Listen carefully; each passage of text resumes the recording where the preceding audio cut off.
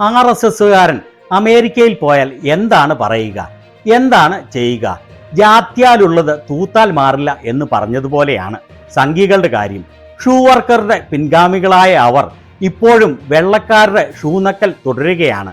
BJPയുടെയും RSSന്റെയും നേതാവായ റാം മാധവ് അമേരിക്കയിൽ ഒരു പരിപാടിക്കായി പോയപ്പോൾ സംസാരിച്ചത് അവരുടെ യഥാർത്ഥ സംസ്കാരമാണ് തുറന്നു കാണിച്ചത്.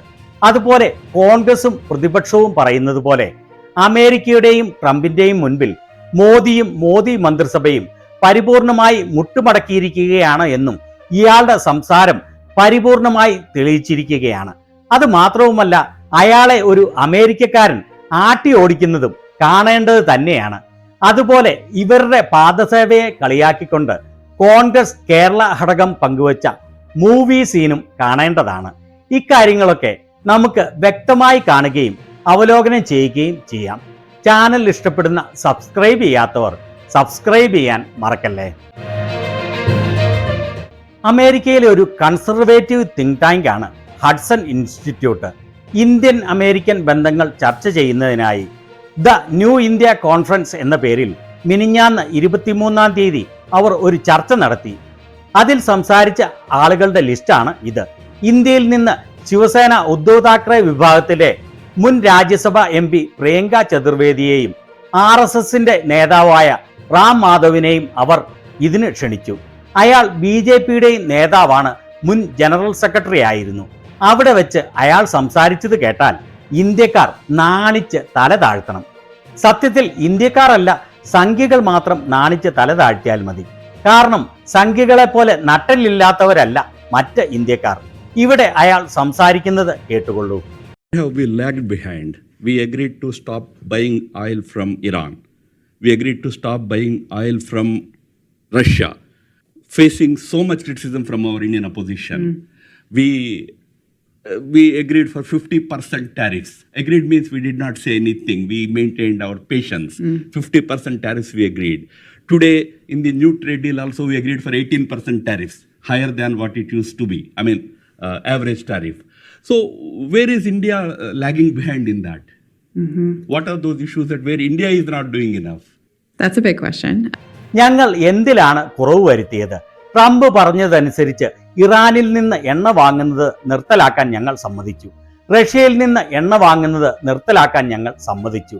ഇതിന്റെ പേരിൽ ഇന്ത്യയിലെ പ്രതിപക്ഷത്തിൽ നിന്ന് ഞങ്ങൾ വളരെയേറെ വിമർശനം നേരിടേണ്ടി വന്നു. 50% താരിഫ് അമേരിക്ക ഏർപ്പെടുത്തിയപ്പോൾ അത് ഞങ്ങൾ യാതൊരു മടിയും കൂടാതെ തലകുനിച്ച് സമ്മതിച്ചു. ഞങ്ങൾ ഒന്നും എതിർത്ത് പറഞ്ഞില്ല. ഞങ്ങൾ ക്ഷമയോടെ ഇരുന്നു. 50% താരിഫ് ഏർപ്പെടുത്തിയപ്പോൾ ഞങ്ങൾ ഒന്നും എതിർത്ത് പറഞ്ഞില്ല. പിന്നീട് 18% ഏർപ്പെടുത്തിയപ്പോൾ അതും ഞങ്ങൾ സമ്മതിച്ചു. മുൻപ് ഉണ്ടായിരുന്നതിനേക്കാൾ വളരെ കൂടുതൽ ആയിട്ട് പോലും. അപ്പോൾ എന്തിലാണ് ഇന്ത്യ കുറവ് വരുത്തിയിട്ടുള്ളത്? എന്താണ് ഞങ്ങൾ നിങ്ങൾക്ക് വേണ്ടി ചെയ്യാതിരുന്നിട്ടുള്ളത്?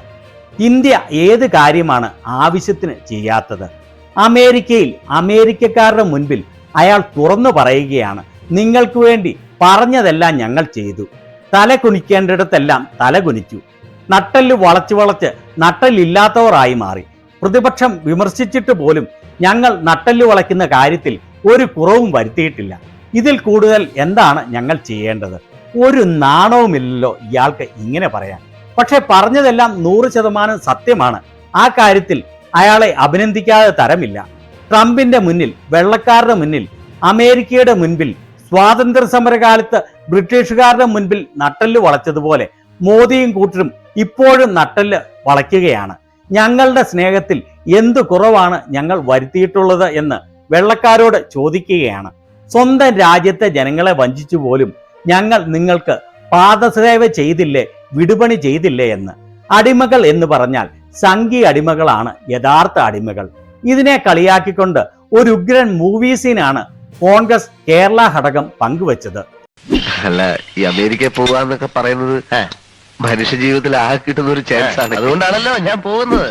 അതുകൊണ്ടാണ് നീ പറയുകയാണെങ്കിൽ ഡിപ്പാർട്ട്മെന്റ് സമ്മതിക്കും. വിജയ, നിനക്ക് അഹങ്കാരം വളരെ കൂടുതലാണ്. അയ്യോ, ഞാൻ ഒരു പാവല്ല. അല്ല, ഒരു കീഴുദ്യോഗസ്ഥൻ മേലുദ്യോഗസ്ഥനോട് പെരുമാറുന്ന പോലെ അല്ല നീ എന്നോട് പെരുമാറുന്നത്. ഞാൻ നിന്നെ വല്ലപ്പോഴും ഒന്ന് കോൺസ്റ്റബിൾ എന്ന് വിളിച്ചാൽ നിനക്ക് വലിയൊരു ഇത്. നീ എന്നെ പട്ടി എന്ന് വിളിച്ചാലും ഞാൻ മറുത്തൊരു അക്ഷരം ഉണ്ടില്ല. ഇല്ലേ? ഇല്ല. പട്ടി എന്തോ പട്ടി എത്ര തവണ വേണേലും വിളിച്ചോ. ഇനിയിപ്പോ അവിടെ ചെന്നാല് കാലത്ത് നിന്റെ എല്ലാ തുണികളും എടുത്തുകൊണ്ടേ ഞാൻ വാഷ് ചെയ്യും, നിനക്ക് ബെഡ് കാഫി തരും, പിന്നെ ലഞ്ച് ഡിന്നർ. ഇനി നീ എന്നെ ഇപ്പൊ തല്ലിയെ പോലും ഞാൻ മറന്നിട്ട് അക്ഷരം മിണ്ടില്ല.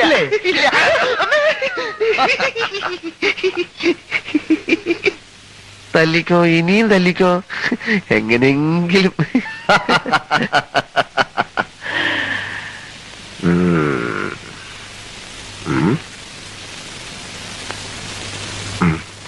പക്ഷെ നിന്നോടുള്ള എന്റെ പെരുമാറ്റം വളരെ വളരെ മൃഗീയമായിരിക്കും.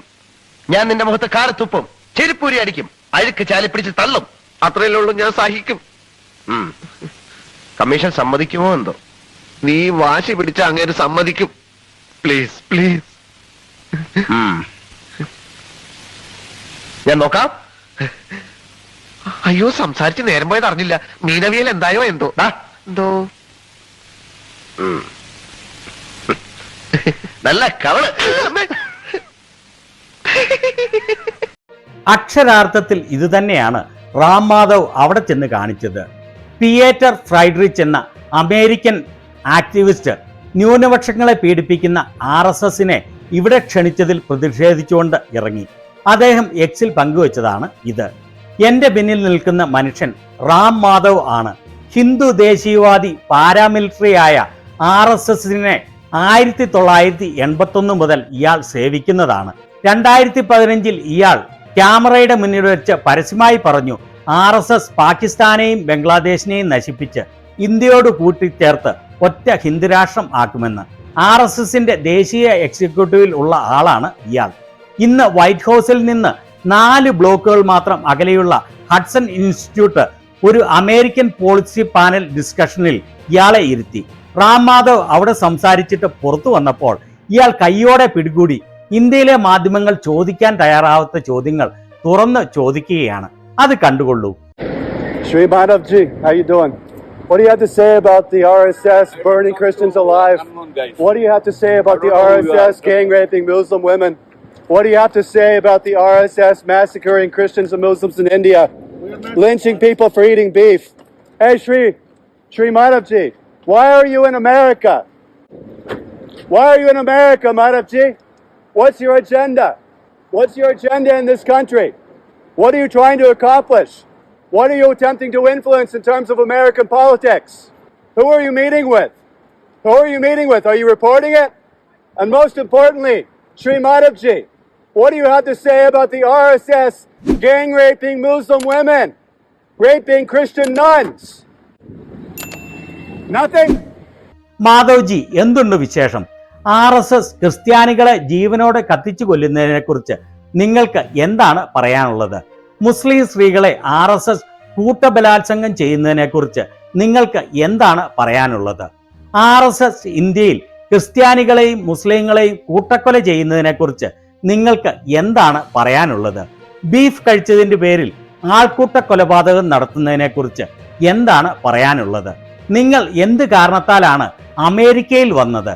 നിങ്ങൾ എന്തുകൊണ്ടാണ് അമേരിക്കയിലുള്ളത് എന്ന് പറയൂ. നിങ്ങളുടെ അജണ്ട എന്താണ്? ഈ രാജ്യത്ത് നിങ്ങൾക്ക് എന്ത് അജണ്ടയാണ് ഉള്ളത്? നിങ്ങൾ എന്ത് നേടാനാണ് ശ്രമിക്കുന്നത്? നിങ്ങൾ എന്തുകൊണ്ടാണ് അമേരിക്കയുടെ രാഷ്ട്രീയത്തെ ഇൻഫ്ലുവൻസ് ചെയ്യാൻ ശ്രമിക്കുന്നത്? ആരുമായിട്ടാണ് നിങ്ങൾ മീറ്റിംഗ് നടത്തുന്നത്? ആരുമായിട്ടാണ് കൂടിക്കാണുന്നത്? നിങ്ങൾ അത് റിപ്പോർട്ട് ചെയ്തിട്ടുണ്ടോ? ഏറ്റവും പ്രധാനമായി, എന്തുകൊണ്ടാണ് RSS മുസ്ലിം സ്ത്രീകളെ ബലാത്സംഗം ചെയ്യുന്നത്? ക്രിസ്ത്യൻ കന്യാസ്ത്രീമാരെ ബലാത്സംഗം ചെയ്യുന്നത്? നിങ്ങൾക്ക് ഒന്നും പറയാനില്ലേ? അയാൾ ജീവനും കൊണ്ട് ഓടുകയാണ് അവിടെ നിന്ന്. അന്തസ്സുള്ളവനാണെങ്കിൽ, തൻ്റെ ഇടമുള്ളവനാണെങ്കിൽ ചോദിക്കുന്ന ചോദ്യങ്ങൾക്ക് മറുപടി പറയണം. സംഘികൾക്ക് അന്തസ്സുണ്ടോ, തൻ്റെ ഇടമുണ്ടോ?